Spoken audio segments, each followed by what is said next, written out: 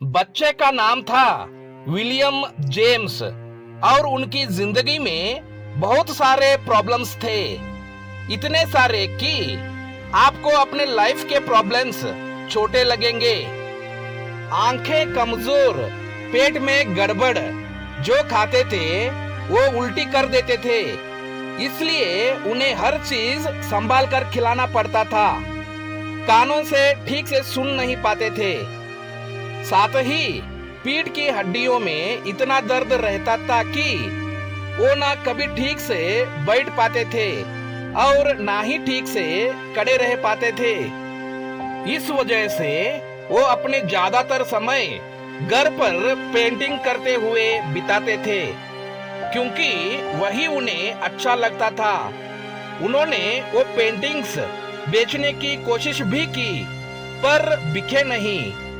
उनके छोटे भाई बहन जिंदगी में बहुत ही आगे बढ़ गए, पर उनकी जिंदगी ऐसे अटक गई थी जैसे बारिश का साफ पानी गंदा होने के लिए गड्ढों में अटक जाता है।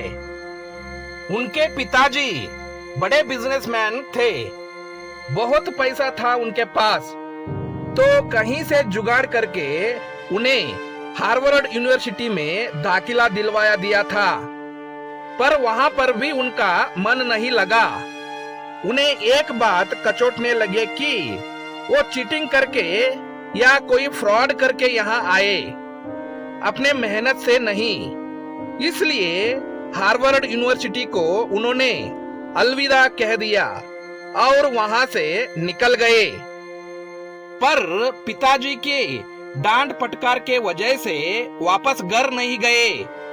वो अमेज़न के जंगल में किसी एक्सपीडिशन में हिस्सा लेने चले गए और वहां जाकर उनके हालत बद से बदतर हो गई। वहां उन्हें स्मॉल पॉक्स हो गया और मरने की कगार पर वो पहुंच गए। उनकी पीठ दर्द चरम सीमा पार कर लिया था और वो चलने और बैठने के हालत में बिल्कुल नहीं थे। एक्सपीडिशन के दूसरे लोग उन्हें छोड़कर आगे बढ़ गए। साउथ अमेरिका के इस घने जंगल से वो जैसे तैसे अपने घर यानी अमेरिका के न्यू इंग्लैंड पहुंचे और अपना इलाज करवाया। पर अपने पिताजी को और भी ज्यादा हताश और दुखी पाया, क्योंकि अब वो छोटे नहीं रहे। उनकी उम्र 30 साल की हो चुकी थी। उनके पास ना ही कोई खास डिग्री और ना कोई काम था। वो अपने आप को बोझ मानने लगे थे। वो डिप्रेशन में चले गए और एक दिन उन्होंने सुसाइड करने का फैसला किया। पर एक रात फिलोसोफर चार्ल्स बियर्स की किताब पढ़ने के बाद अपने आप पर एक एक्सपेरिमेंट यानी प्रयोग करने के बारे में सोचा। उन्होंने अपने डायरी में लिखा कि वो 1 साल तक यही मानकर चलेगा कि उसकी जिंदगी में अब से जो कुछ भी होगा उसके लिए 100% वो ही जिम्मेदार होगा, चाहे कुछ भी हो जाए। और फिर 1 साल तक पूरे शिद्दत के साथ उन्होंने अपनी जिंदगी को सुधारने की कोशिश शुरू की, वो भी असफलता से बिना डरे। और इस फैसले ने उनकी जिंदगी बदल डाली। और फिर क्या हुआ, होना क्या था, वो अपने जमाने की सबसे प्रभावशाली साइकोलॉजिस्ट और फिलोसोफर बने और फादर ऑफ अमेरिकन साइकोलॉजी कहलाए।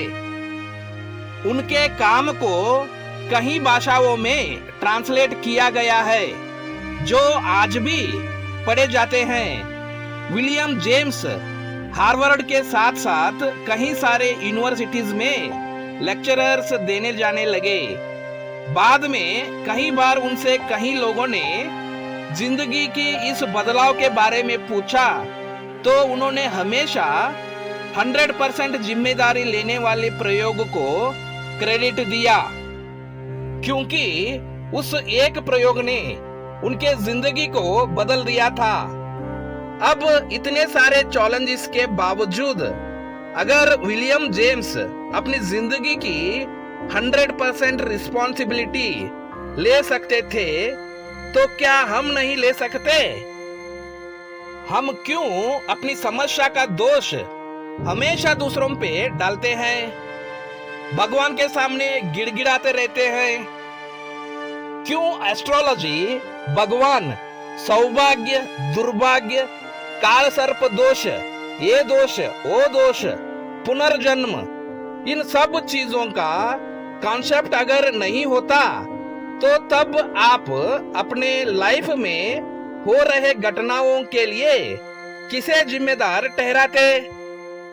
खुद अपनी जिंदगी की जिम्मेदारी कभी नहीं लेंगे।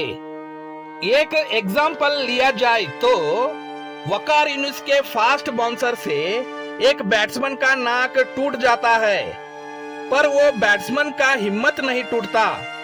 बेहतरीन बैटिंग करके हारे हुए टेस्ट मैच को ड्रॉ करवाता है, तब जाकर वो सचिन तेंदुलकर कहलाता है। How to take responsibility, that's important.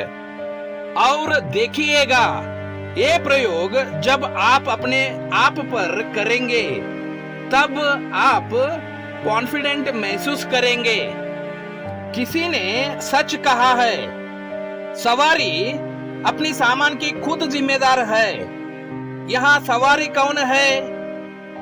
आप और आपका सामान, यानी आपका शरीर।